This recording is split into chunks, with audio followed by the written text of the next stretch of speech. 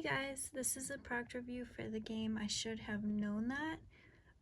It's a trivia game, and what I like about it is it's really just this deck and that's it.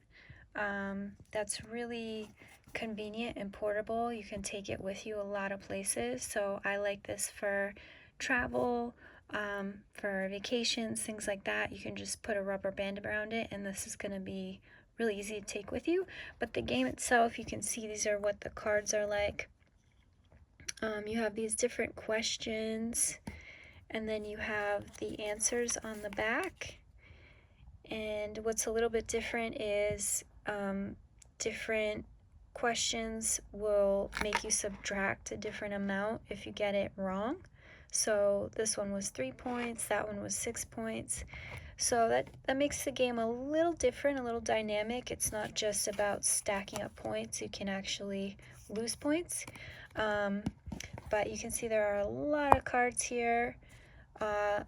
Yeah, going back to what I said about traveling, you could probably take like half and then use another half later if you really wanted to. But I like that there are plenty so that this game stays fresh even if you play it a bunch of times. So yeah, it's I liked that when I looked at the directions, it did say, you know, you could play with 2 people or you could play in teams. So that's great.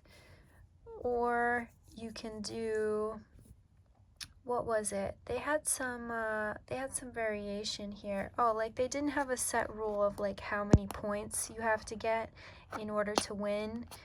They didn't say like how much time you have to answer. So what's cool about that is there is like a basic structure to the game where you have these questions, the answers, and then subtracting points. But there's also a little bit of room for you to figure out what works best with your group and like how you enjoy. There was like a little bit of an open-endedness, so you could buy yourself one of those like sand timers and have that be how long people have to answer the question. You can just be intuitive with it and, you know, say like, this is a cut, you're taking too long. You could have rules of like, you must submit an answer for this, like getting it wrong. You can also decide like every correct question is 1 point, or you could decide they're worth 10 points or something like that. So it's there's a little bit of flexibility with this game that I actually like, because sometimes it can get, you know, like some other games, they're like too many pieces and like too many parts. You can lose pieces. Sometimes it's a little rigid. This one, it's like simple, easy to take with you. You could take half the deck if you really wanted to.